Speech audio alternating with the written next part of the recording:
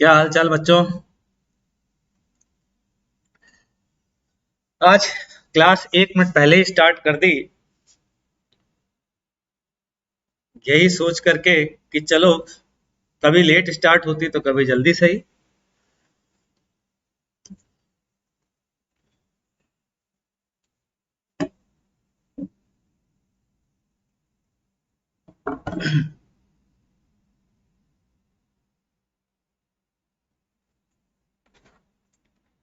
तो होनी थी 11:45 पे, तो मैंने कहा यार थोड़ा सा लेट हो जाता हूँ तो आज थोड़ा सा टाइम पर ही, टाइम के पहले ही अटैक कर दिया जाए तो ठीक रहेगा।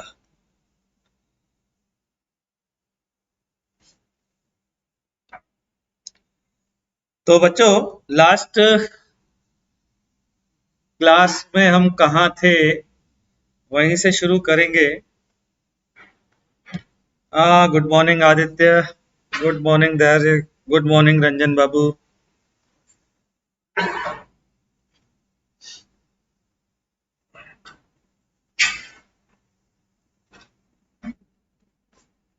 तो आज है लेक्चर 5 काइनेमैटिक्स 1D का। शुरू करते हैं और कहां पर हमने छोड़ा था वहां से ही शुरू करते हैं। गुड मॉर्निंग सजल। तो हमने छोड़ा था गैलीलियोस फॉर्मूला, मतलब 1:3:5:7 रेशियो वाला, वहां से शुरू किया था। फिर इसके बाद ग्राफिकल इंटरप्रिटेशन ऑफ डिफरेंशिएशन पर हम पहुंच चुके थे और फिर हमने पढ़ा था हायर ऑर्डर डेरिवेटिव। ठीक है ना बच्चों, ये चीज हम लोगों ने की थी। और इसी दौरान हमने आपको एक शीट भी प्रोवाइड की थी। उम्मीद करता हूं कि वो होमवर्क आप सभी लोगों ने कंप्लीट कर लिया होगा। यह उम्मीद तो की जानी चाहिए, क्योंकि होमवर्क बिना किए तो काम बनता नहीं है भाई। ठीक है ना। अब हम आगे कंटिन्यू करने जा रहे हैं बच्चों, graphical interpretation of second order derivative. Now graphical interpretation of second order derivative क्या खास बात है, उससे हमें क्या पता चलता है, हम ये तभी समझ पाएंगे बच्चों जब हम पुराने नोट्स रिवाइज करके आए होंगे। अगर आपने इस क्लास के पहले, ऐसा नहीं है कि वो सर आपने 2 दिन पहले जो क्लास ली थी वो तो याद है ना मेरे को, ना ना ना ना, उससे काम नहीं चलेगा बाबू। क्लास होने के पहले अगर आप मेरे नोट्स रिवाइज करके नहीं आएंगे पूरे फ्यूचर 1.5-2 साल तक, तो समझ लीजिए आपको बातें उतनी अच्छी समझ में नहीं आएंगी जितनी आनी चाहिए। जाहिर सी बात है, जिन बच्चों को पहले से ही आता होगा उनको तो समझ में आ ही जाएगा। मैं ये बात कर रहा हूं उन बच्चों के लिए जो पहली बार सर से पढ़ रहे हैं, है ना। इसलिए बिना पढ़े बिना रिवाइज किए यहां पर आने की जरूरत नहीं है। ठीक, ओके। अपवर्व, अप्रव, अप्रव जीपी कुछ ज्ञान दे रहे हैं भाई, वो ज्ञान मत दीजिए। आदित्य कह रहे हैं सर इस टाइम पे हमारी स्कूल रहती है, सर क्या आप क्लास को इवनिंग में कर सकते हैं। हाँ, कोशिश करूंगा। मैं सोच रहा हूँ कि दिवाली के बाद आपकी क्लास इवनिंग में शिफ्ट करने का प्रयास करूंगा।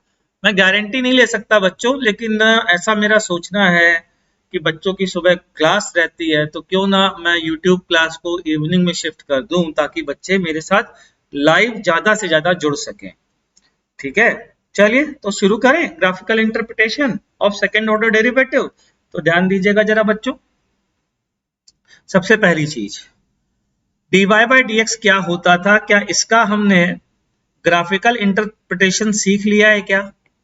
याद दिलाता हूं, थोड़ा समराइज कर देता हूं। dy बाई डी एक्स जो था वो टेंजेंट का स्लोप था बच्चों, किसी भी पॉइंट पर, मतलब इस पॉइंट पर अगर मैंने एक टेंजेंट ड्रॉ की और ये एंगल थीटा है, तो इस point x comma x nought comma y nought पर जो dy बाई डी एक्स की वैल्यू होगी वो इस पॉइंट के टेन थीटा के बराबर होगी। होगी कि नहीं होगी, याद आया कुछ। फिर एक बात और बताई थी, मैंने कहा था कि अगर dy बाई डी एक्स अगर पॉजिटिव है किसी रीजन में तो फंक्शन मस्ट बी इंक्रीजिंग होगा। अगर dy by d x positive है तो फंक्शन मस्ट बी इंक्रीजिंग। अच्छा, मस्ट बी इंक्रीजिंग का मतलब क्या था ये भी बताता हूं। फंक्शन मस्ट बी इंक्रीजिंग का मतलब था, ध्यान से सुनना, y must be increasing increasing with respect to x। अब ये y कुछ भी हो सकता है बच्चों, कुछ भी। इसका उल्टा भी ट्रू है। If y is increasing with respect to x, then dy by dx will be greater than 0 in that interval। जहां पर y कुछ भी हो सकता है, y की जगह आप कोई भी फंक्शन रख सकते हो, y की जगह fx भी रख सकते हो, y की जगह कुछ और रख सकते हो, कुछ भी रखो, कोई भी चीज रख दो, उन सबके लिए ये बात ट्रू कहलाएगी। ठीक बच्चों, चलिए आगे बढ़ते हैं।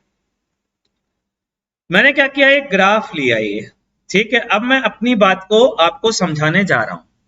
अब अपनी बात को समझाने के लिए मैं इस ग्राफ को थोड़ा सा पीछे ले जाता हूं, मतलब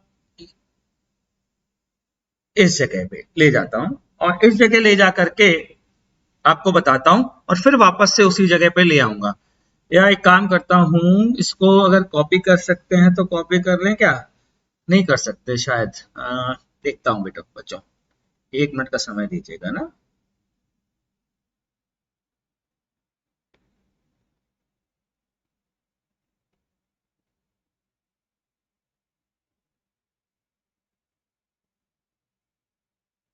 चलिए कोई बात नहीं, कोई बात नहीं। ठीक, यहां तक समझ में आ गया। जहां तक मैंने समझाया था, क्या समझाया था मैंने, देख लीजिए आपके सामने लिखा हुआ है। ठीक, अगली बात सुनिएगा। अगली बात बच्चों ये है कि मान लीजिए ये y ये x, और कोई फंक्शन ऐसा है x बराबर x नॉट पे अगर हम चर्चा करें तो x बराबर x नॉट के जस्ट पहले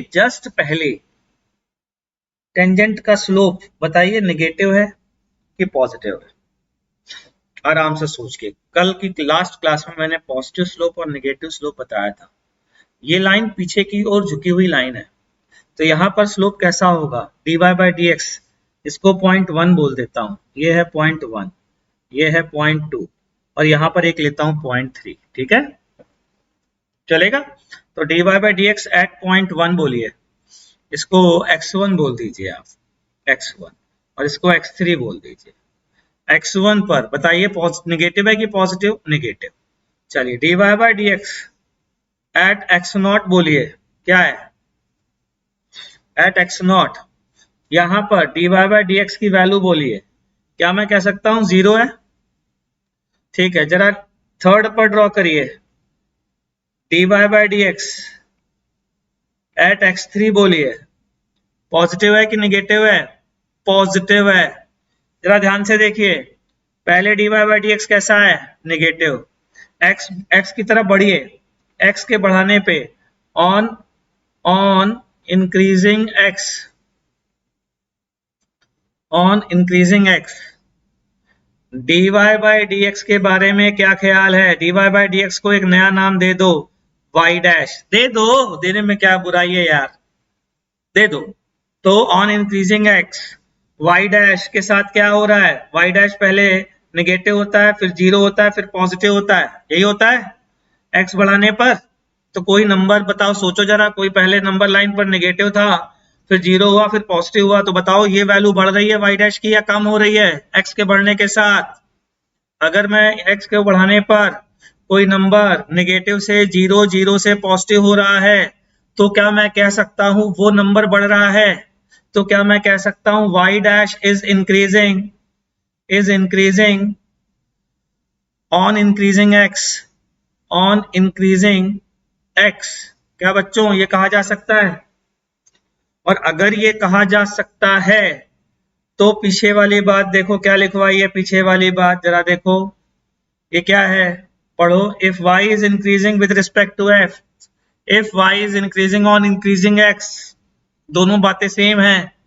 if y is increasing with respect to x या if y is increasing on increasing x, then dy by dx क्या होना चाहिए, ग्रेटर देन 0 होना चाहिए। अरे होना चाहिए, ठीक है। अब यहां पर आओ, y dash is increasing on increasing x या फिर विद रिस्पेक्ट टू x, बात बराबर है। बात बराबर है। तो बताइए क्या मैं कह सकता हूं यहां से कि dy dash by dx must be greater than 0। यहां लिख देता हूं dy dash by dx must be greater than 0। अगर y dash x with respect to x बढ़ रहा है तो dy dash by dx must be greater than 0। लेकिन y डैश क्या है, लेकिन y डैश क्या है बच्चों, लेकिन y डैश क्या है, y डैश है dy by dx। तो dy by dx of dy by dx must be greater than 0। और इसको मैं पहले ही पढ़ा चुका हूं, इसको क्या लिखते हैं d2y by dx2 greater than 0, मतलब डबल डेरिवेटिव 0। तो कभी भी डबल डेरिवेटिव ग्रेटर देन 0 आया, कभी भी डबल डेरिवेटिव ग्रेटर देन 0 आया तो क्या मैं कह सकता हूं कि ग्राफ ऐसे ऊपर की ओर खुला हुआ होगा जैसा कि ये वाला है। इसे बोलते हैं कॉनकेव अपवर्ड, कॉनकेव अपवर्ड। याद कैसे रखें गुरुजी, केव माने गुफा होता है, केव का मीनिंग समझे, गुफा। या केव का मतलब कैविटी, केव कैविटी का केव। तो देखे कैविटी किधर की ओर है, ये कैविटी है ऊपर की ओर, तो कॉनकेव अपवर्ड। तो ध्यान रखिएगा, आज के बाद फाइनल कंक्लूजन है बे, d2y by dx2 greater than 0 अगर किसी भी जगह पर है तो उस जगह पर ग्राफ कॉनकेव अपवर्ड होगा।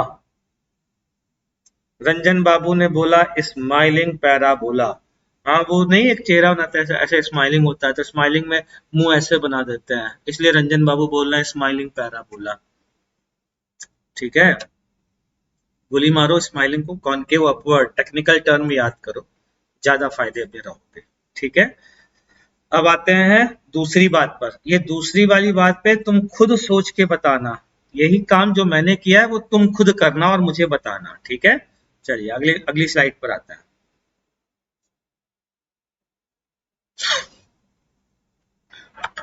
एक मिनट रुकिएगा।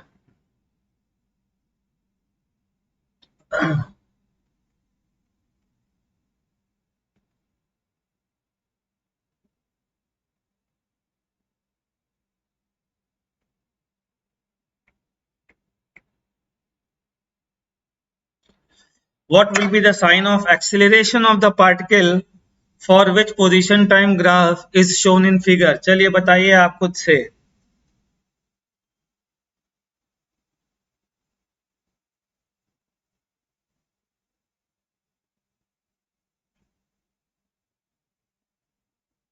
सर मैं अभी क्लास 9 में हूँ सर, क्लास 10 में मुझे फिजिक्स ओलंपियाड देना है सर, तो क्या करूँ ताकि प्रिपरेशन हो जाए अच्छे से? मेरी क्लास करो और क्या करेगा।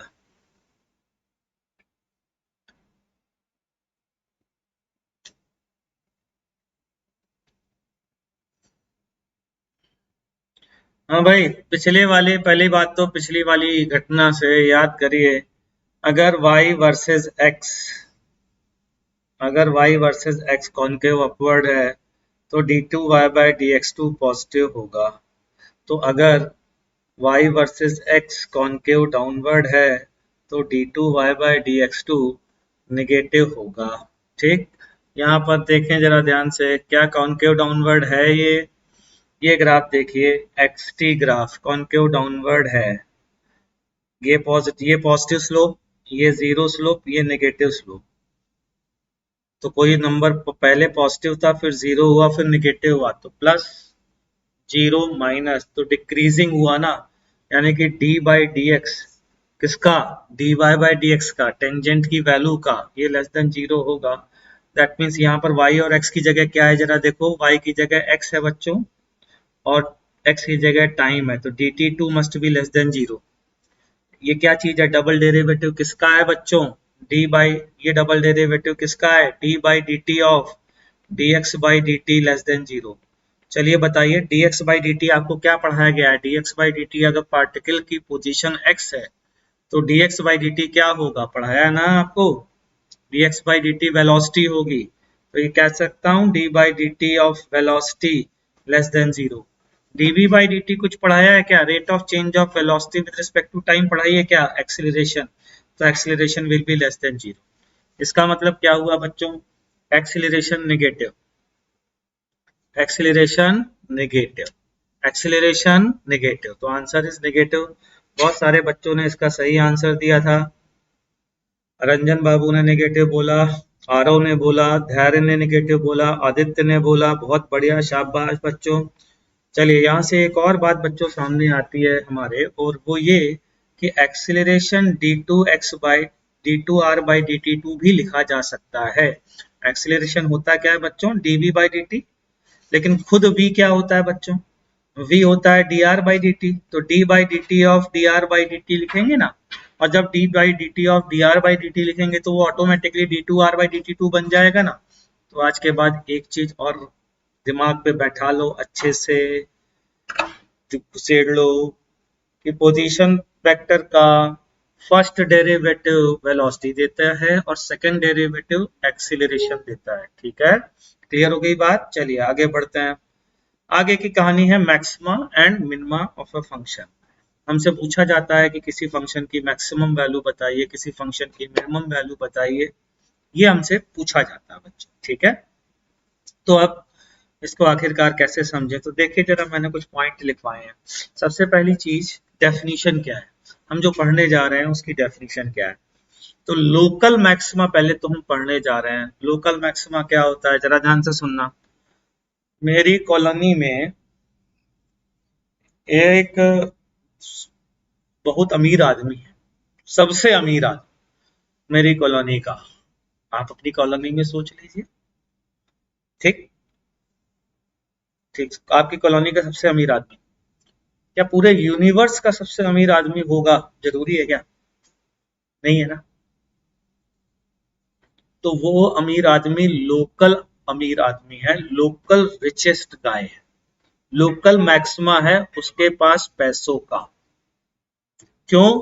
क्योंकि, ध्यान से सुनना मेरी बात को, ध्यान से सुनो, क्योंकि वो अपने आजू बाजू, अपने पड़ोसियों, अपनी कॉलोनी में जो लोग रहते हैं उनकी तुलना में सबसे अमीर है। तो ऐसे अमीर आदमी को बोलते हैं लोकल अमीर आदमी।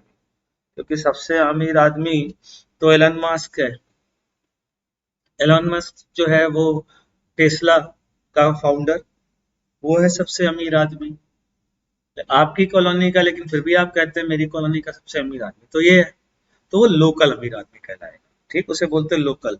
और एलन मस्क को बोला जाता है एब्सोल्यूट मैक्सिमा। ठीक है बच्चों, तो अब डेफिनेशन पढ़ोगे तो समझ में आ जाएगा। Local maxima of a function is called a point at which function has maximum value in comparison to its neighborhood, इन अपने पड़ोसियों के रिलेटिव हाईएस्ट वैल्यू। देखो जरा ध्यान से, ये पॉइंट x बराबर x नॉट, देखो जरा ध्यान से, अपने आजू अपने बाजू दोनों तरफ वालों से ये वैल्यू ज्यादा है। अरे बोलो ना बे, तो ये पॉइंट कहलाएगा लोकल मैक्सिमा, क्योंकि अपने आजू बाजू वालों से, आजू बाजू दोनों से ज्यादा वैल्यू रख रहा है।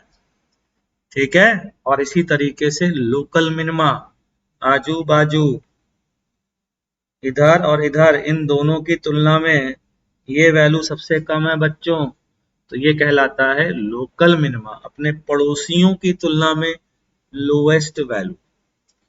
अब तुमसे कोई पूछे कि इसकी कंडीशन क्या है, तो अब तो तुम खुद बता सकते हो इसकी कंडीशन, अभी दोनों पढ़ी हैं।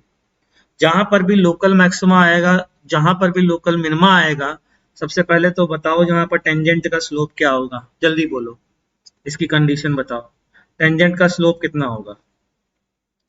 लोकल मैक्सिमा या लोकल मिनिमा पे टेंजेंट का स्लोप क्या आएगा बच्चों?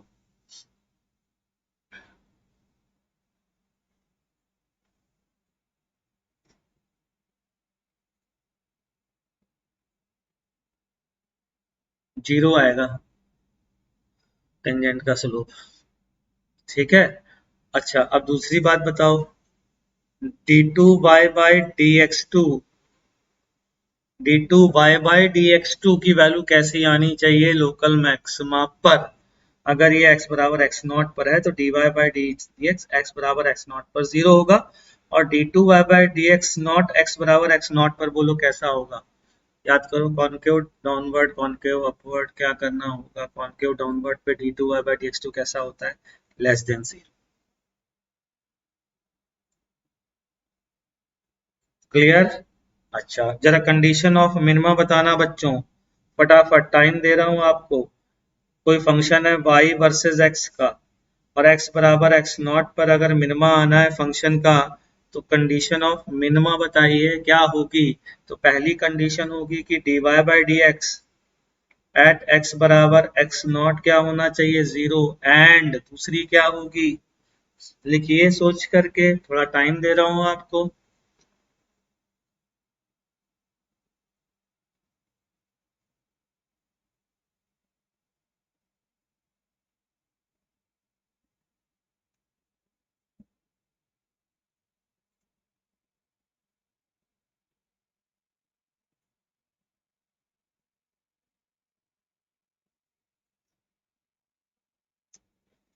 ये होगा d2y by d x to, ऊपर की ओर मुस्कुराता चेहरा, स्माइली फेस, क्योंकि स्माइली फेस बोले या कॉनकेव अपवर्ड बोले, तो d2y/dx2 ग्रेटर देन 0, ये कंडीशन याद करने को हमसे बोली जाती है।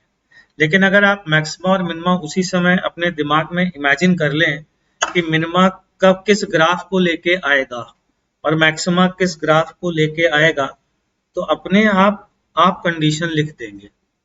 तो ग्राफ ज्यादा इंपॉर्टेंट है मैक्सिमा या मिनिमा की कंडीशन याद रखने के लिए।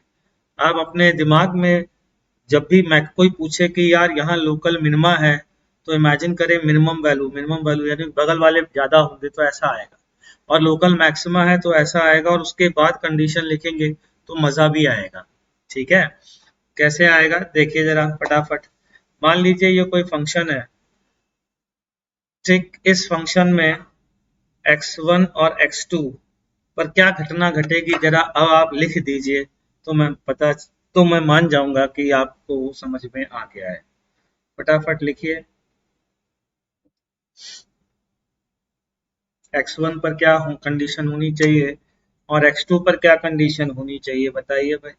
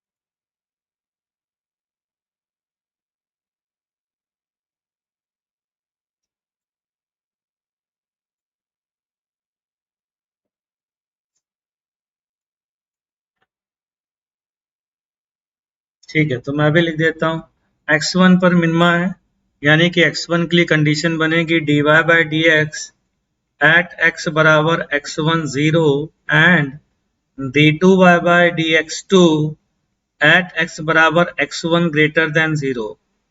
ठीक है, और x2 के लिए बनेगी dy by d x at x बराबर x2 is 0 and d2y by d x two at x बराबर x2 must be less then 0। ये दो कंडीशन हैं जो लिखी जा सकती हैं ग्राफ को देख करके। ठीक है बच्चों, चलिए अब आगे बढ़ते हैं और आगे कुछ क्वेश्चंस करते हैं। तो क्वेश्चन पहला आपके सामने है, फाइंड लोकल मिनिमा और maxima and the corresponding value of y for the given expression. Question है y as a function of x दिया गया है, आपसे पूछा गया है, ध्यान से सुनिएगा, लोकल मैक्सिमा और लोकल मिनिमा जो भी आ रहा है वो बताइए। पहली बात तो किस x पर आ रहा है और उसकी वैल्यू क्या है ये भी बताइए। शुरू हो जाइए, तीन चीजें बतानी है, मैक्सिमा है कि मिनिमा है, किस एक्स पर है और उस पर वाई की वैल्यू क्या है। क्लियर, शुरू हो जाइए।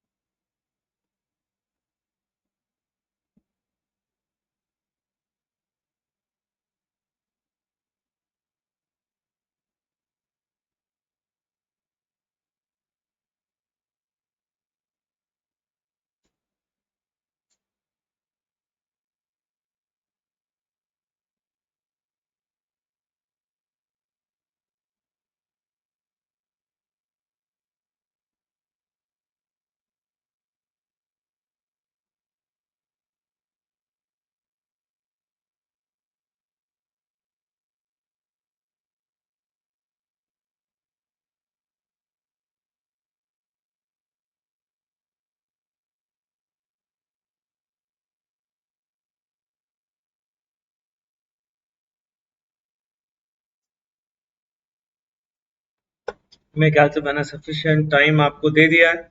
चलिए अब मैं बताता हूँ। सबसे पहली चीज, चाहे मैक्सिमा हो या फिर मिनिमा हो, दोनों केस में dy बाई डी एक्स तो जीरो आना चाहिए।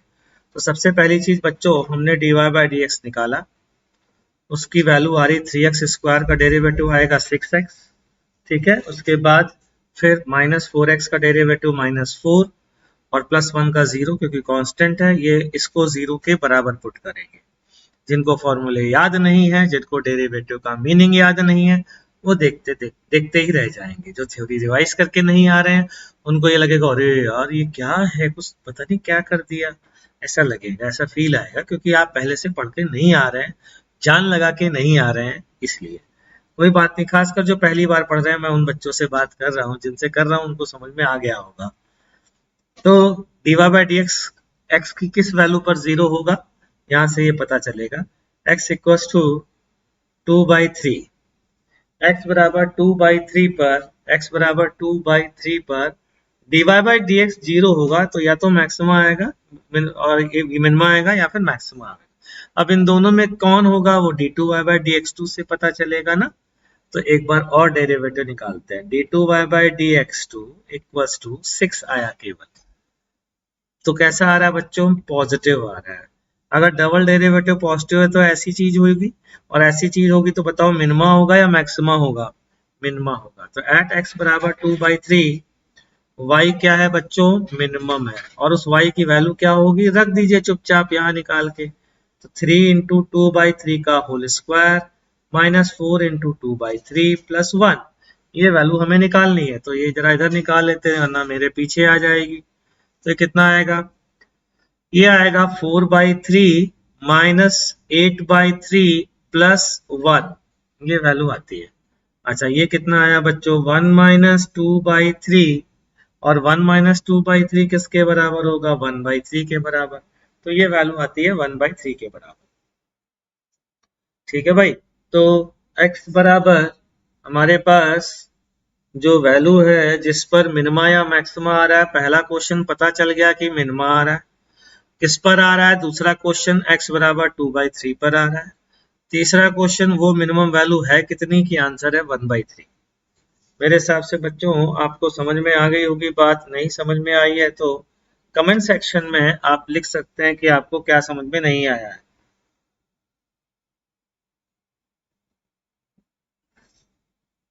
आरओ कह रहे हैं 1 - 4/3 आएगा सर, तो -1/3 आएगा, ऐसा क्या भाई, आरओ बाबू ये कह रहे हैं। चलो एक बार और चेक कर लेते हैं, बिल्कुल सही सही कह रहे हैं ये। 1 - 4/3 आएगा, तो ये वैल्यू आएगी -1/3। तो y मिनिमम की वैल्यू है -1/3, ना कि +1/3। 8, जाहिर सी बात है 8 - 4 2 नहीं होगा, जो मैंने लिखा था 8 - 4 4 ही होगा, सही बात है। ठीक, तो आगे बढ़ते हैं और अगले क्वेश्चन की ओर बढ़ते हैं, और उम्मीद करता हूं कि अगला क्वेश्चन आप कर लेंगे। देख लीजिए क्वेश्चन आपके सामने है, शुरू हो जाइए। अब मैं कुछ भी क्वेश्चन समझाऊंगा भी नहीं, देख लीजिए अपने आप से।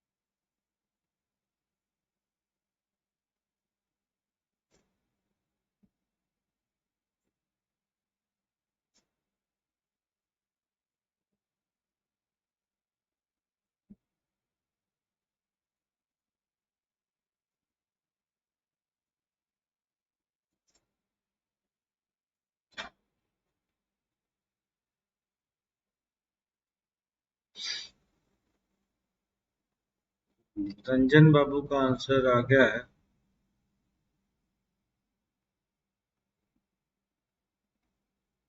Height of the particle h equals to 40t - 5t square, ये है हाइट।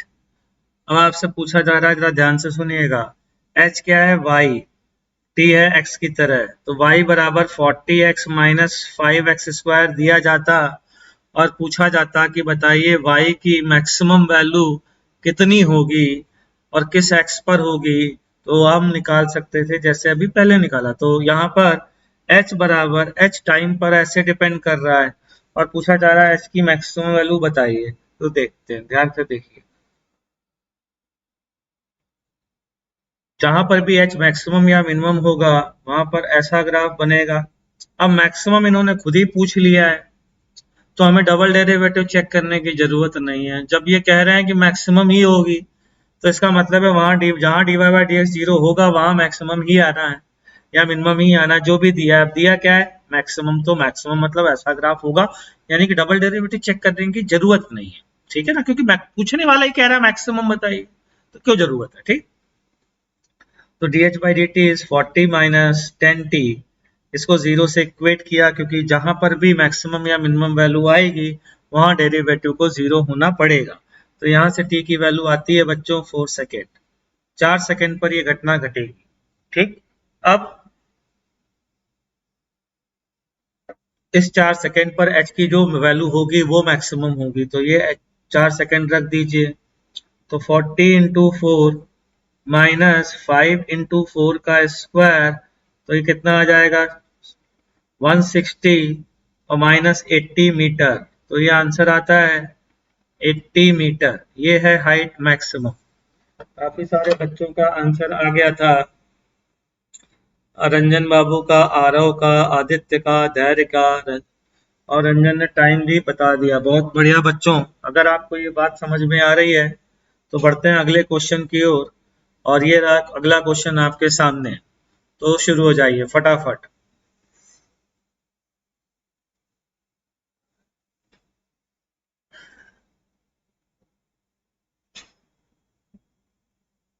बिल्कुल लाएंगे तारा राजपूत।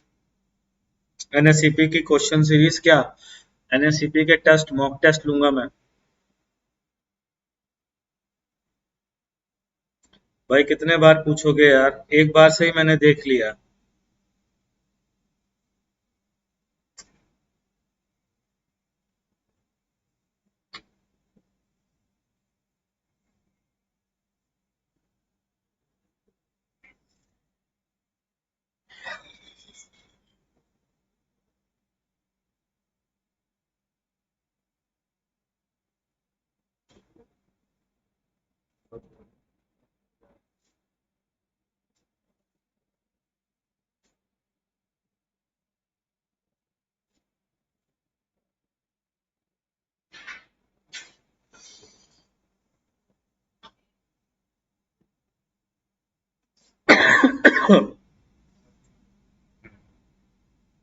आरव का आंसर आ गया, आदित्य का भी आ गया, रंजन बाबू का भी आ गया। बढ़िया बढ़िया बढ़िया। चलिए मैं भी देख लेता हूँ मेरा आंसर आ रहा है कि नहीं आ रहा।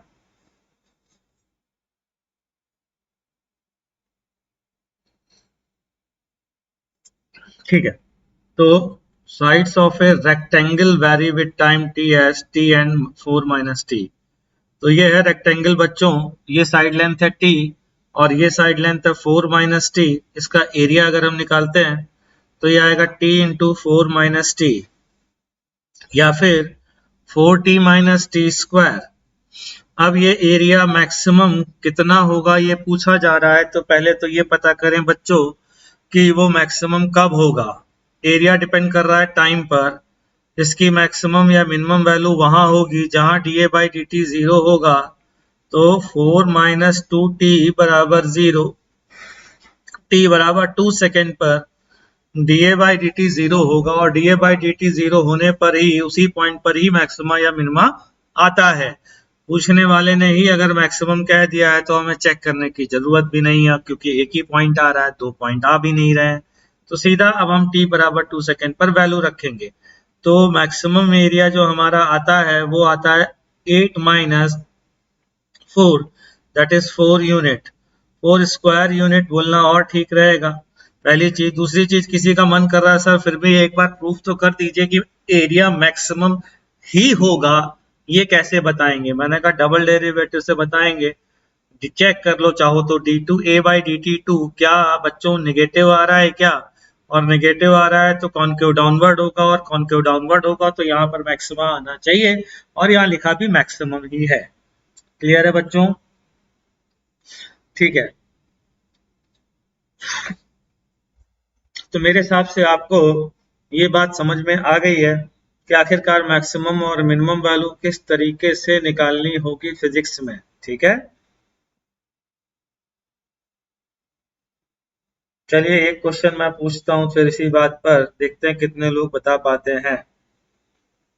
क्वेश्चन है बच्चों ये, इंटीग्रेशन बाद में पढ़ेंगे। क्वेश्चन है ये, y बराबर sine theta cos theta minus minus two cos theta minus two sine theta. y बराबर cos theta minus two sine theta. Find maximum value of y। चलिए बताइए y की मैक्सिमम वैल्यू क्या होगी?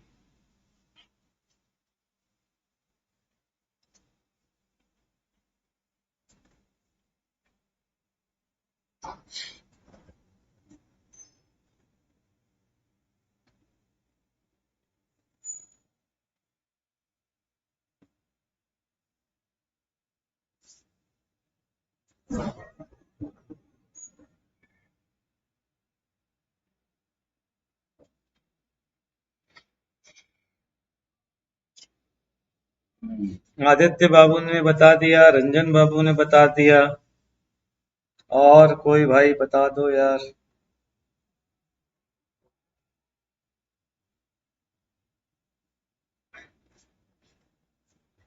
फॉर्मूले याद नहीं है जिनको, उनका डब्बा गोल हो जाएगा, क्योंकि जहां पर भी मैक्सिमम या मिनिमम वैल्यू होगी वहां पर dy बाई डी थीटा, क्योंकि y किसका फंक्शन है? थीटा का, तो वहां पर dy by d theta zero होगा। cos थीटा की वैल्यू होती है माइनस साइन थीटा, और डेरिवेटिव डिफरेंशिएशन, और साइन थीटा का डिफरेंशिएशन होता है cos थीटा। ये बराबर होना चाहिए zero. That means tan theta equals to -2। कैसे आया गुरुजी? देख लीजिए, साइन थीटा बराबर -2 cos थीटा, इसको उधर ले आइए तो टेन थीटा बराबर -2 पर y विल बी मैक्सिमम। बस इतना ही निकालिए, बाकी आगे निकालने की आवश्यकता आपको नहीं है, मैं चाह भी नहीं रहा हूं। निकाल तो सकते हैं ऑब्वियसली, उसमें कोई दो राय नहीं है, और वो √5 आएगी, लेकिन ट्रिग्नोमेट्री चूंकि आपकी बहुत स्ट्रांग है जैसा मुझे पता है, इसलिए मैं नहीं निकालने जा रहा हूँ। टेन थीटा बराबर, हालांकि अगर -2 बच्चों पता हो तो निकाल तो सकते ही है। कि कैसे सर? देखो यूं कर सकते हैं, टेन थीटा बराबर -2 है, यानी कि ये है 2, ये है -1, मतलब इसको 1 ले लो, मैग्नीट्यूड की बात करें तो यहाँ से क्या है, एंगल पता चल जाएगा आपको। साइन कॉस थीटा और साइन थीटा की वैल्यू पता चल जाएगी, क्योंकि ये हो जाएगा √5। ठीक है ना? तो y बराबर आएगा cos थीटा, दैट मीन्स 1/√5। ओहो, ये क्या लिख रहा हूँ यार, 1/√5 -2 साइन थीटा, मतलब 2/√5, तो ये आ जाएगा -3/√5। इस तरीके की वैल्यू आएगी। तो साइन थीटा, लेकिन cos theta sine theta negative positive का भी हमें ध्यान रखना पड़ेगा, इतना इजी ये नहीं है। तो कोई बात नहीं, हमें उससे मतलब नहीं है, हमें इस बात से मतलब है बच्चों, ना मैं चाहता हूं, क्योंकि आपको ट्रिग्नोमेट्रिक इनवर्स फंक्शन भी नहीं पढ़ा है भी आपने, तो आपके लेवल पर तो बस ये जान लीजिए कि y कब मैक्सिमम होगा, यहां तक समझ में आना चाहिए, जब टेन थीटा -2 के बराबर होगा। मैंने इसीलिए वो रब कर दिया ताकि आप देख के घबराए नहीं, वो आपको पकड़ना भी नहीं, आपको यहाँ तक देखना है। ठीक है, तो बच्चों अब शुरू करता हूँ इंटीग्रेशन। और इंटीग्रेशन में क्या जरूरत है इंटीग्रेशन की, ये समझाऊंगा, और उसके बाद फिर इंटीग्रेशन पढ़ेंगे हम लोग कि आखिरकार उसको पढ़ना कैसे है। ठीक है बच्चों, एक मिनट रुकेगा, इसको हटा देता हूँ। हम्म,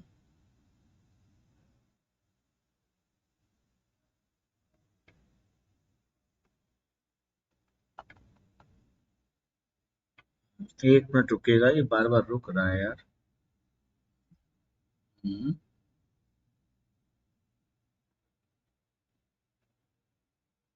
हम्म, ठीक है, अब शुरू करते हैं। हम्म,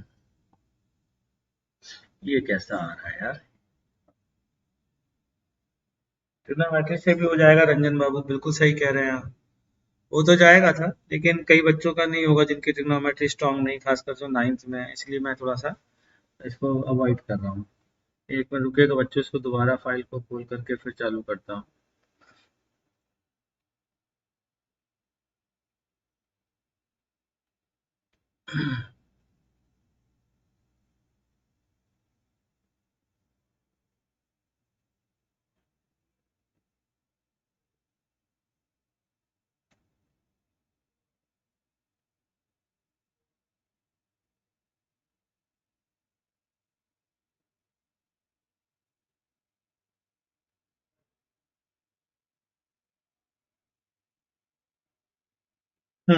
तो क्या होता है इंटीग्रेशन, ये देखने जा रहे हैं हम लोग।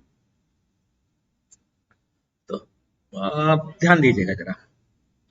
मान लीजिए कोई पार्टिकल, बच्चों यहाँ से, यार मैं अपना आईपैड में चार्जर लगा दूं, नहीं तो मेरा आईपैड जो है ना डिस्चार्ज हो जाएगा, बीच में सारी कहानी खत्म हो जाएगी। बस एक मिनट रुकिएगा बच्चों ना, अभी चार्जर लगा दें।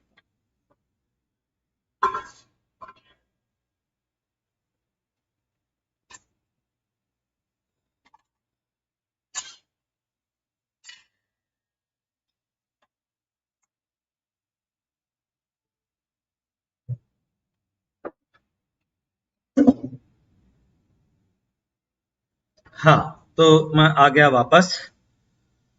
अब शुरू करते हैं इंटीग्रेशन। तो ध्यान दीजिएगा, मान लीजिए यहाँ से कोई पार्टिकल चलना शुरू करता है, और पार्टिकल जो है वो धनाधन अपनी स्पीड चेंज करता हुआ जा रहा है मस्त अपना कार से, ठीक है।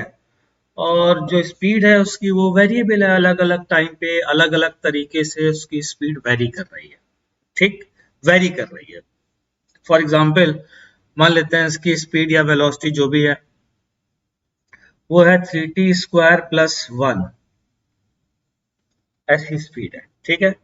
अब हमसे कहा जा रहा है t बराबर 0 पर स्पीड कितनी होगी, कि 1 होगी। कि t बराबर 2 सेकंड पर कितनी होगी, कि ये होगी 13 मीटर पर सेकंड, ठीक। मान लेते टी बराबर 0 पर पार्टिकल यहाँ था, और टी बराबर 2 सेकंड पे पार्टिकल यहाँ था। हमसे किसी ने कहा है कि ये पूरी डिस्टेंस निकाल दीजिए, कितनी डिस्टेंस पार्टिकल ने ट्रेवल करी। हमसे ये क्वेश्चन पूछा जा रहा है, ये डिस्टेंस निकाल दीजिए। तो बच्चों हमने क्या पढ़ा है अभी तक,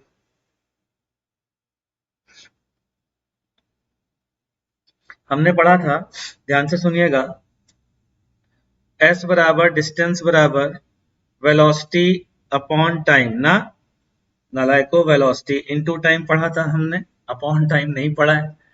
लेकिन ध्यान रख लेना, ये क्लास 9th के पहले आपने पढ़ा था, या यूं कहें कि मेरे से पढ़ने के पहले पढ़ा था। बताता हूं, ये फॉर्मूला तभी वैलिड है, ओनली वैलिड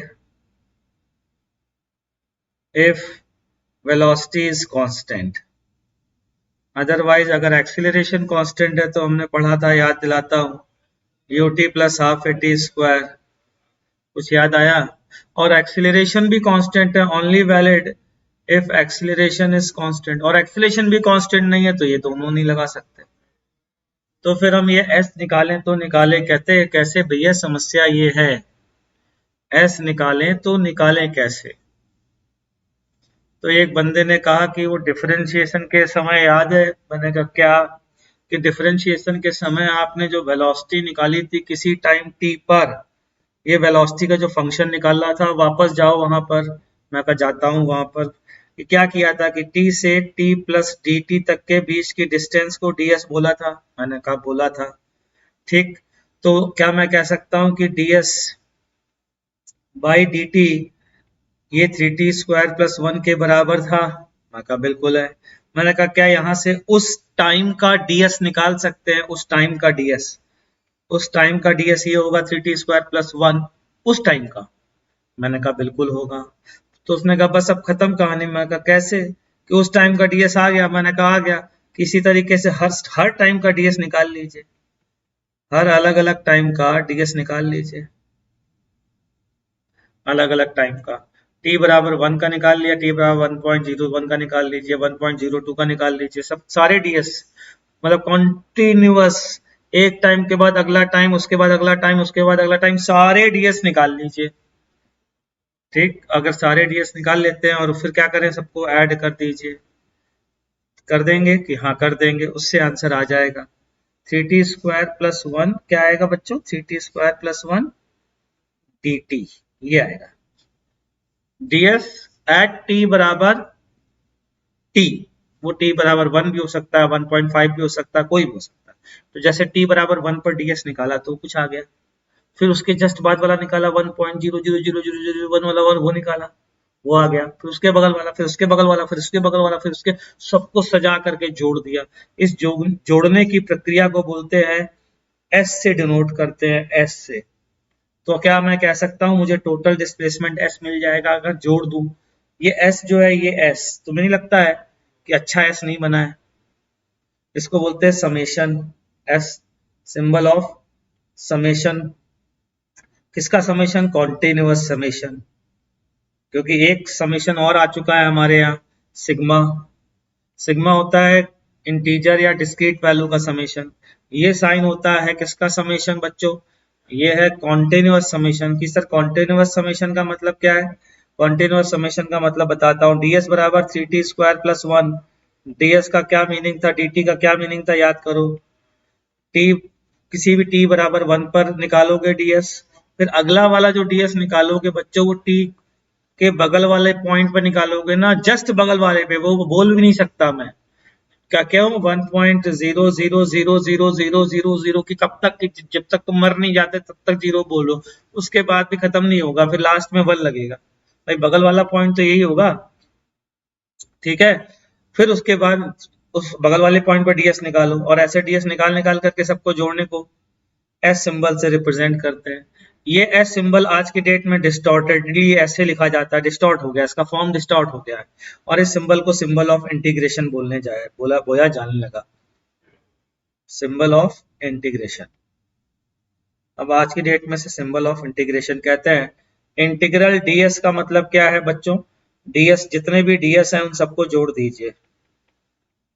मतलब अगर मैं यहां से शुरू करता हूं S1 से और S2 तक सारे डीएस को जोड़ता हूं, तो बच्चों बता सकते हो इंटीग्रल डीएस किसके बराबर आएगा? क्या मैं कह सकता हूँ S2 - S1 के बराबर होगा? अरे बोलो ना भाई, डेल्टा एस के बराबर होगा। तो इतना तो सब बता सकते हैं कि इंटीग्रल डीएक्स लिखा है तो डेल्टा एक्स के बराबर होगा, इंटीग्रल डीएस लिखा है तो डेल्टा एस के बराबर होगा, सारे डीएस का समेशन S2 - S1 के बराबर होगा ना भाई। तो इसे बोलते हैं सिंबल ऑफ इंटीग्रेशन। लेकिन बात आती है सर इसको कैसे निकालें? ds बराबर जो आपने लिखा है इंटीग्रल 3t² + 1 dt, ये कैसे निकालें? तो बहुत कॉम्प्लिकेटेड है, बहुत टफ है, ये कैसे करें?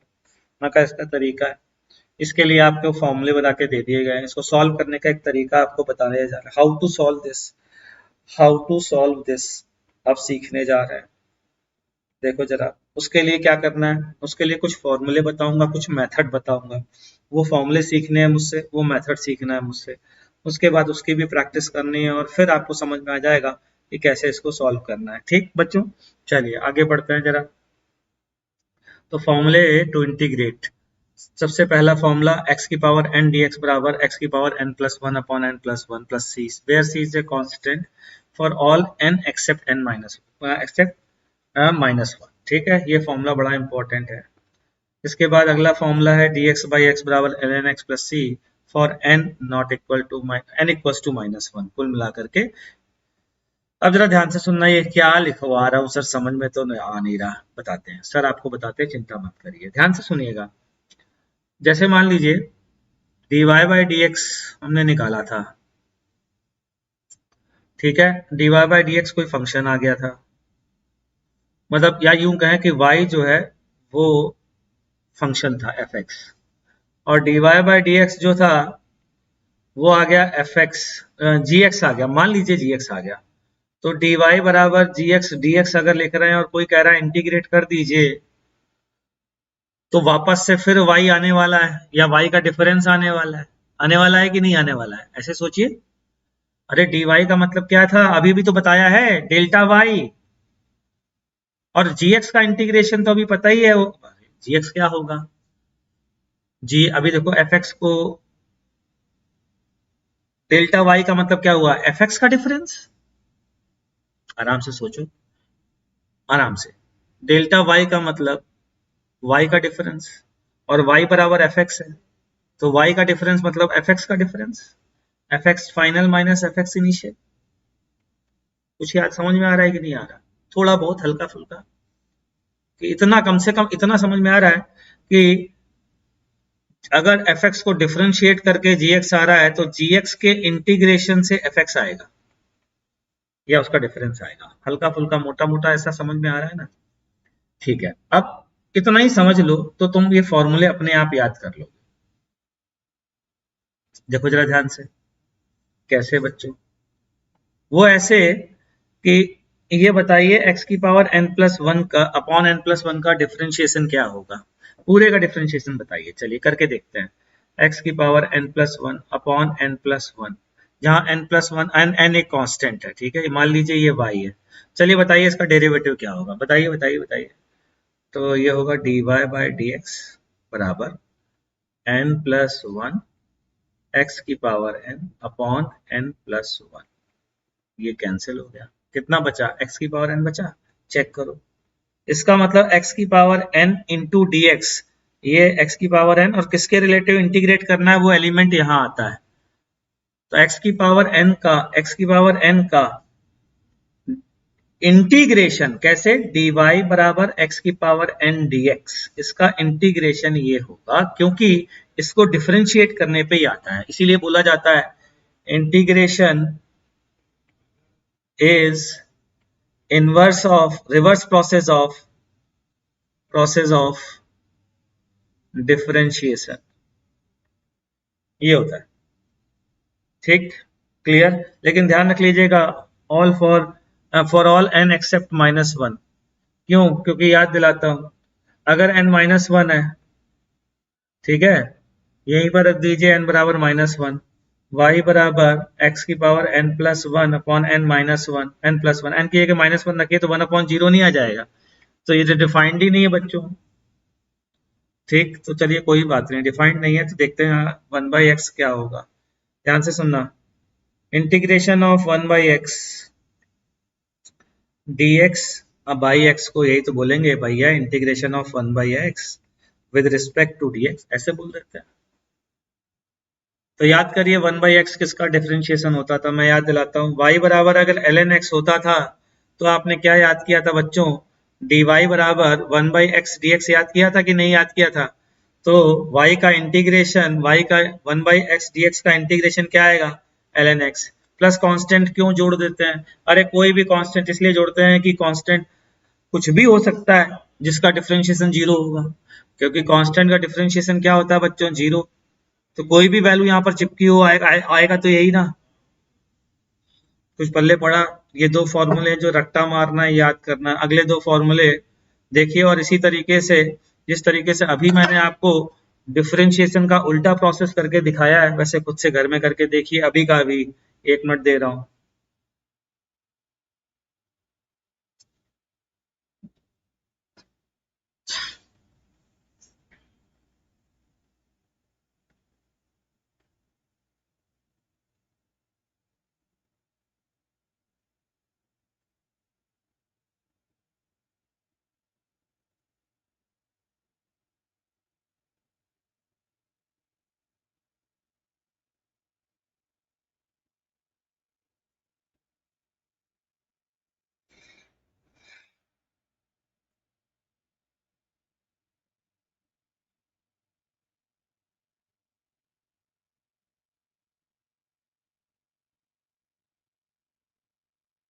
सर ये लास्ट में कांस्टेंट क्यों आ रहा है, कांस्टेंट का कारण ये है बेटा, अगर मैं आपसे बोलूं साइन एक्स, अगर y बराबर साइन एक्स है तो dy बाई डी एक्स बराबर कॉस एक्स होगा, ये बात सही है। ठीक है। साइन एक्स, लेकिन कॉस एक्स का इंटीग्रेशन साइन एक्स को ऐसा जरूरी इसलिए नहीं है क्योंकि अगर मान लो साइन एक्स प्लस 3 होता बेटा, तो भी इसका डिफरेंशिएशन कॉस एक्स ही आता ना। इसलिए कोई भी कांस्टेंट यहाँ पर होता तो भी इसका differentiation sine x plus some constant का डिफरेंशिएशन हर बार cos x आता। इसका मतलब उस कांस्टेंट की वैल्यू हम नहीं बता सकते, इसलिए वो कांस्टेंट लगाना पड़ता है। ठीक है, तो e की पावर x dx बराबर e की पावर x प्लस सी क्यों है? क्योंकि इसका डिफरेंशिएशन e की पावर x आता है, ये सिंबॉलिक रिप्रेजेंटेशन है। माइनस कॉस एक्स प्लस सी का डिफरेंशिएशन साइन एक्स आता है, तो साइन एक्स का इंटीग्रेशन क्या होगा बच्चों? Minus cos x plus c, ये भी याद करना है। इसी तरीके से integral cos x d x sine x plus c होता है, और इसी तरीके से इंटीग्रल डी एक्स को तो 1 डी एक्स लिख सकते हैं, और 1 को x की पावर 0 लिख सकते हैं, इसको x प्लस सी लिख सकते हैं। हालांकि ये बात मैं अलग से बता चुका हूँ, dx को डेल्टा x भी कह सकते हैं। ठीक है ना, तो वो क्यों कहेंगे वो बाद में बताऊंगा, अभी तो फिलहाल dx को x प्लस सी भी मान सकते हैं। ठीक, अगला formula, rules for integration, formula नहीं है, रूल्स है। हाँ, उस कांस्टेंट को रंजन बाबू ने पूछा है कैसे निकालेंगे, बेटा नहीं निकाल पाएंगे जब तक कि कुछ और कंडीशन ना गिवन हो। आगे क्वेश्चन में देखेंगे कि कैसे कुछ और कंडीशन दी जाती है, ये सीखने का प्रयास करेंगे। ठीक है, तो यहाँ पर y1 plus minus y2 dx बराबर integral y1 dx plus minus integral y2 dx होता है, जैसे कि डिफरेंशिएशन में होता था। मतलब कि बच्चों मान लीजिए एक्स स्क्वायर आपको दिया गया है बच्चों, इंटीग्रल चलिए बताइए x square plus sign x dx का इंटीग्रेशन क्या होगा, जरा बताइए निकाल करके क्या आ रहा है फटाफट। Integral x square plus sign x dx का इंटीग्रेशन क्या होगा, फटाफट बताइए निकाल करके।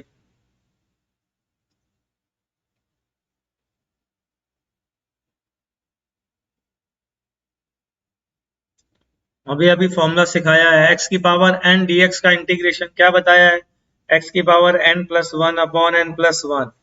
ठीक है, साइन एक्स का चेक करिए फॉर्मूला क्या बताया है, तो देखना जरा ध्यान से, x square plus d x square d x sine x d x, इसका इंटीग्रेशन होगा x cube by three plus some constant, उसको सी1 बोल देते हैं, और साइन एक्स का अभी भी सीखा है माइनस कॉस एक्स प्लस कोई कांस्टेंट सी2 बोल देते हैं।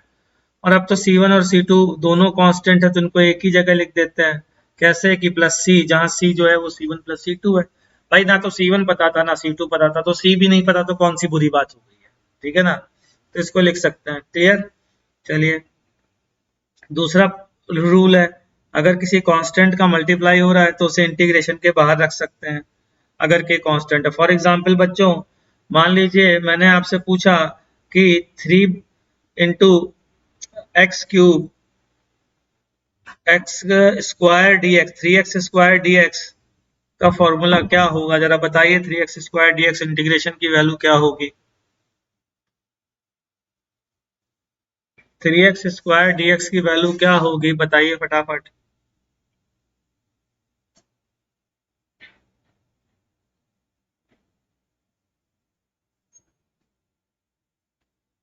तो क्या करना है बच्चों, 3 को बाहर लेना है, integral x square d x को सॉल्व करना है। 3 को बाहर लिया, इंटीग्रल एक्स की पावर 2 है, ध्यान रख लेना। तो क्या आएगा बच्चों इसकी जगह, ये आएगा एक्स की पावर 3 टाइम्स एक्स की पावर कितना बोलो, एक्स की पावर 3 डिवाइडेड बाई कितना 3 प्लस सम कांस्टेंट, तो ये आंसर आ गया एक्स क्यूब प्लस सी। कुछ लोगों का सी बाई 3 आ रहा होगा, उससे फर्क नहीं पड़ता, कांस्टेंट कुछ भी आ जाए। ठीक है, तो ये आंसर आ गया एक्स क्यूब प्लस 3।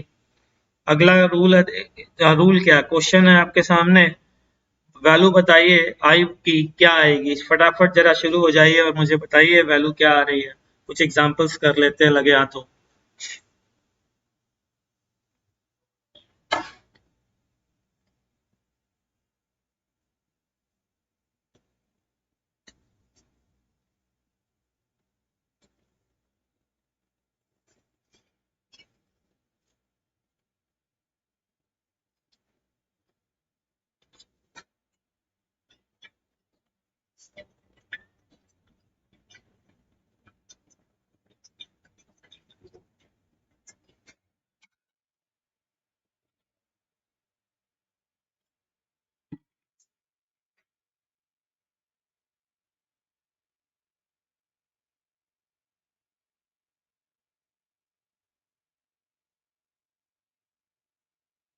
हम्म।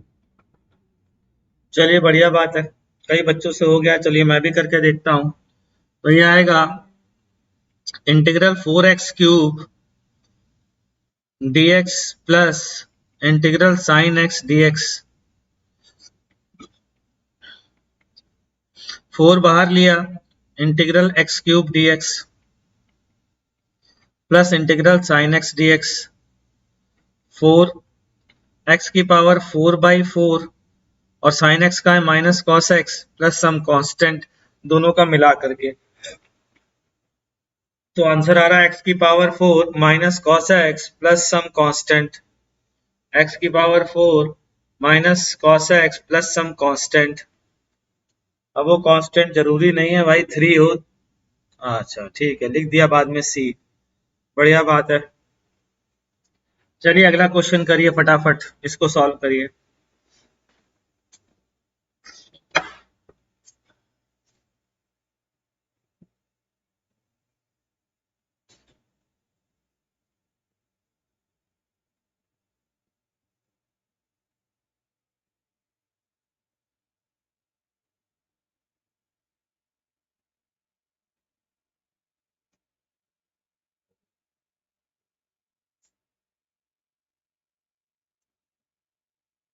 आपको इंटीग्रेशन की प्रैक्टिस के लिए एक शीट इसका मतलब देनी पड़ेगी। तो एक काम करता हूँ, दो चीजों की प्रैक्टिस की शीट दे देता हूँ आपको। एक तो 1D मोशन के क्वेश्चन की शीट दे देता हूँ बच्चों, है ना, और इंटीग्रेशन के क्वेश्चन की प्रैक्टिस की शीट दे देता हूँ। ये दो काम कर देता हूँ, ठीक है। चलिए कुछ लोगों ने इसका भी आंसर निकाल दिया है, मैं भी देखता हूँ कि मेरा आंसर आ रहा है कि नहीं आ रहा है। तो इसको लिख सकते हैं आई इंटीग्रल x की पावर हाफ dx। और x की पावर हाफ, यहाँ इस बार n की वैल्यू कितनी है बच्चों, हाफ है। तो क्या लिखेंगे, x की power n+1, half plus 1 divided by half plus 1 plus some constant. ठीक है, तो ये वैल्यू कितनी आ रही है, ये आ रही है x की पावर 3/2 डिवाइडेड बाई 3/2 को लिख दिया 2/3 प्लस कांस्टेंट। तो ये आएगा 2/3 इंटू एक्स की पावर 3/2 प्लस सम कांस्टेंट। ये है आंसर।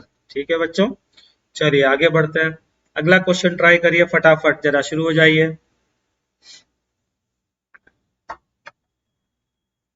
क्वेश्चन की प्रैक्टिस काफी करनी है।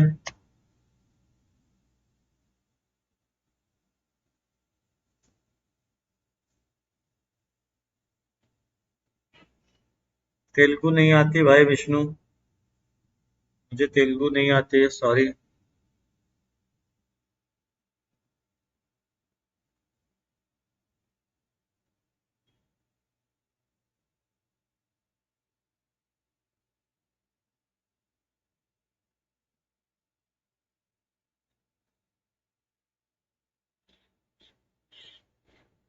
लास्ट ईयर तेलुगु सीखने का प्रयास किया था लेकिन ज्यादा सीख नहीं पाया।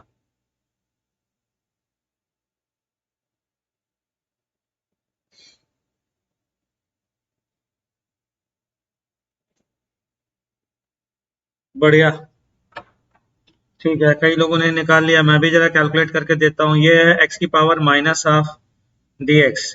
फॉर्मूला लगाया, x की पावर माइनस, ये हो गया n, माइनस हाफ क्या है, n है। तो x की power minus half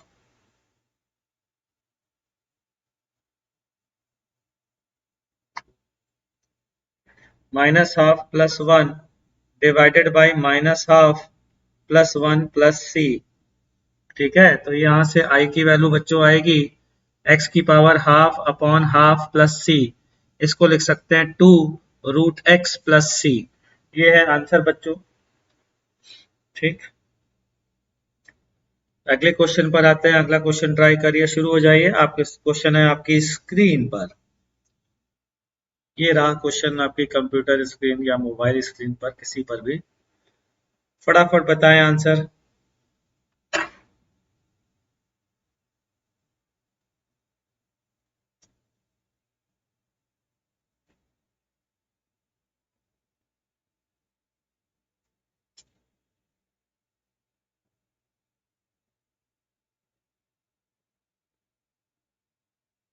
Ravi Ranjan, safety parabola and catenary, ये जबरदस्ती की बनाई हुई चीजें हैं।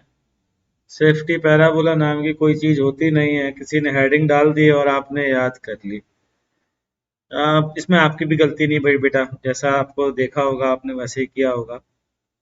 अ,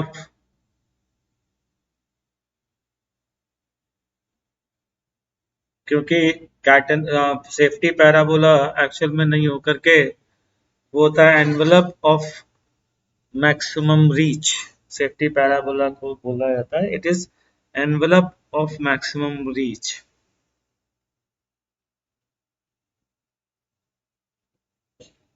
चलिए देखते हैं इसको क्या, इसका आंसर क्या आता है।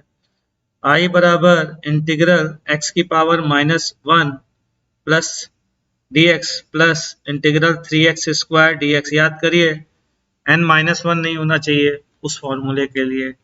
1/x के लिए एक स्पेशल फॉर्मूला था, क्या था, ln x। और 3x², इसको क्या करेंगे 3x³ प्लस कांस्टेंट, तो आंसर आता है ln x plus x³ plus some constant. देख लीजिए, कोई डाउट आए तो पूछिए। चलिए बच्चों आगे बढ़ते हैं और अब डेफिनेट इंटीग्रेशन पढ़ते हैं कि ये डेफिनेट इंटीग्रेशन क्या होता है, इसको समझने का प्रयास करते हैं। डेफिनेट इंटीग्रेशन को पढ़ने के लिए पढ़ते हैं। Velocity of a particle is given by v equals to 3t² plus 1, then find displacement of the particle from t बराबर 0 सेकेंड टू t बराबर 2 सेकेंड। अब अभी मेरे से एक बच्चे ने क्वेश्चन पूछा था कि sir how to find the value of constant. Mobile silent mode पे लगा के रखिए। तो velocity of a particle is given by v equals to 3t² plus 1, then find displacement of the particle from t equals to 0 second to t equals to 2 second. ठीक, ये हमसे पूछा गया है। नहीं बच्चों, आपसे नहीं बोला था मोबाइल साइलेंट मोड पे रखने के लिए, यहाँ पर बोला था मैंने। तो ये कैसे आखिरकार डिस्प्लेसमेंट निकाला जाए, और जो मेरे से एक डाउट पूछा गया था कि कांस्टेंट की वैल्यू सर कैसे निकालते हैं, तो उसके लिए अब डेफिनेट इंटीग्रेशन हम पढ़ने जा रहे हैं। वो इनडेफिनेट था क्योंकि वहां पर कांस्टेंट की वैल्यू हम नहीं बता पा रहे थे।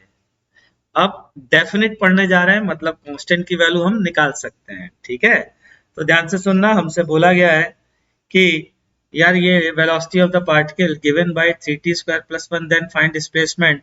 तो dv को लिख सकता हूं मैं dx/dt, और ये होगा 3t² प्लस 1 के बराबर। फिर हम dx बराबर 3t² प्लस 1 dt लिखेंगे और इसको इंटीग्रेट करेंगे। यहां तक तो हमने समझा है कि नहीं समझा है? ठीक है, बस अब यहाँ क्या करते हैं, डेफिनेट इंटीग्रेशन में लिमिट डालते हैं। कैसे लिमिट लिखते हैं बच्चों? लिमिट लिखते हैं कुछ इस तरीके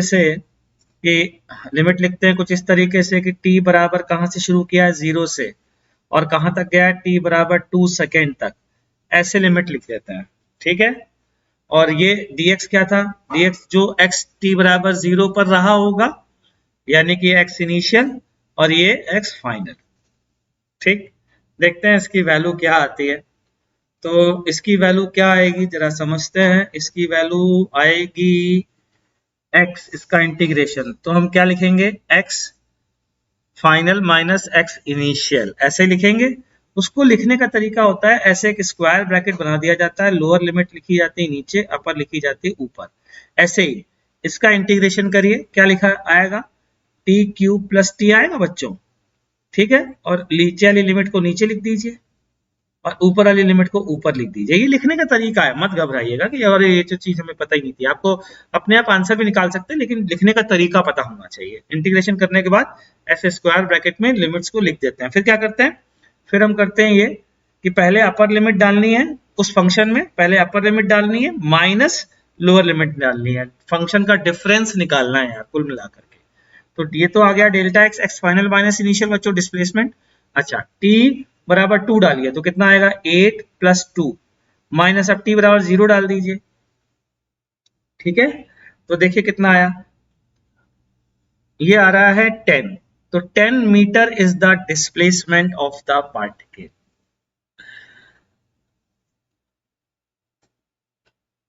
ये है 10 metre is the displacement of the particle.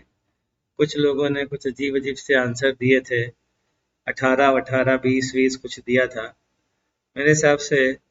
Sir आपका बैकलॉग हो गया, मेरा बैकलॉग तो नहीं हुआ बेटा।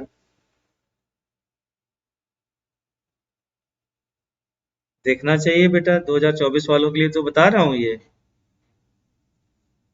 ठीक है, तो बच्चों इस तरीके से डेफिनेट इंटीग्रेशन किया जाता है। ठीक है, इसको मैं फिर से आपको एक अच्छी सी फॉर्म में लिख करके समझाता हूँ, वो देखना जरा ध्यान से। मान लीजिए y बराबर dy बराबर integral F x d x, हमें पता है जी एक्स प्लस सी। यहां तक तो हमने इनडेफिनेट इंटीग्रेशन में पढ़ लिया था, जहां पर आप हमसे कहते थे कि सर सी की वैल्यू कैसे निकालें, यहां तक पढ़ लिया था। ठीक है, अब हम पढ़ने जा रहे हैं कि अगर हमको कोई कहता है कि x1 से x2 तक बताइए, तो हम कहेंगे y इनिशियल से y फाइनल। तो ये तो बन जाएगा बच्चों डेल्टा y। ठीक, अब इसको कैसे करते हैं, ध्यान से सुनना, इसकी वैल्यू कैसे निकालते हैं। एफ एक्स का जो इंटीग्रेशन आपने कांस्टेंट के साथ याद रखा था ना, उसमें से कांस्टेंट को मार दीजिए गोली, ऐसे लिख दीजिए जी एक्स, फिर यहाँ लिखिए x1 और फिर यहाँ लिखिए x2, फिर डाल दीजिए एक बार x2 माइनस, फिर एक बार डाल दीजिए x1, ये आ जाएगा डेल्टा y। इसे कहते हैं डेफिनेट इंटीग्रेशन।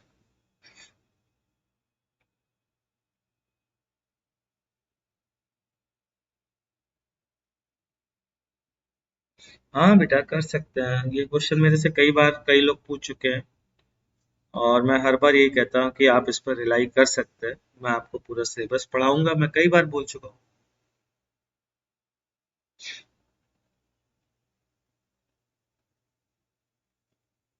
ठीक है, चलिए अब इसकी थोड़ी प्रैक्टिस कर लेते हैं।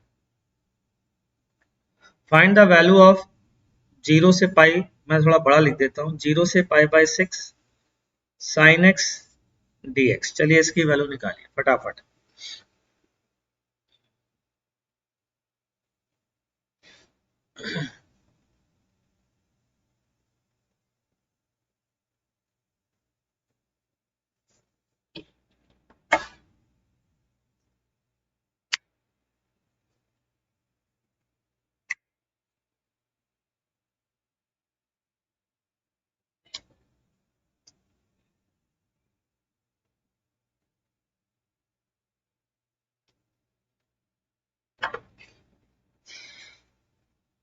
चलिए मैं कैलकुलेट करता हूँ।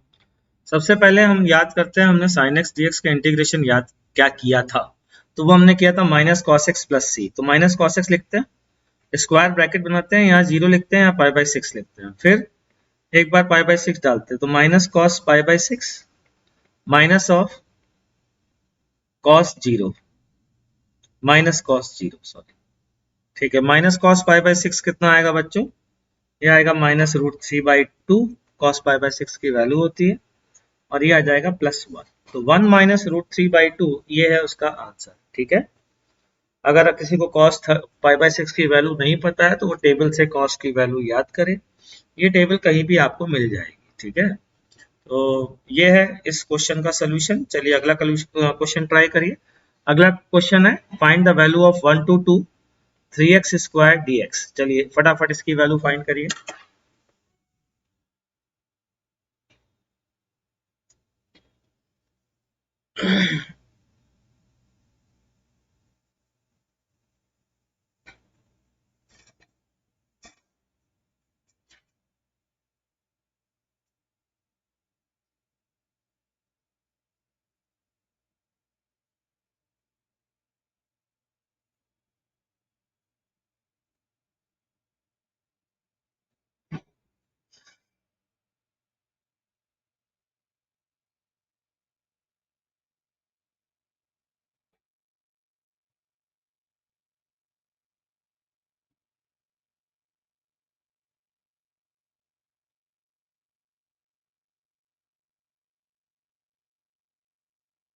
चलिए देखते हैं जरा।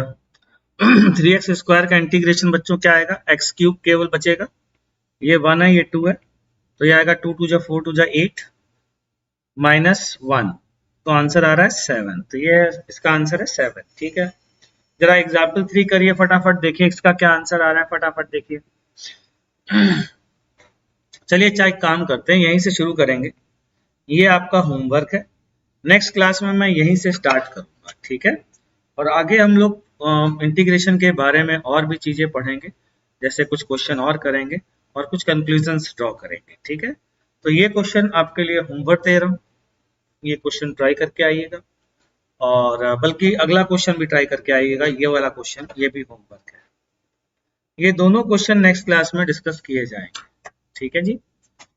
तो कोशिश करता हूँ आपको जल्द से जल्द शीट प्रोवाइड करूँ ताकि आप प्रैक्टिस कर सकें, और प्रैक्टिस जितनी ज़्यादा करेंगे, ध्यान रखिएगा इस टॉपिक में उतना ही फायदा होगा, ठीक है बच्चों।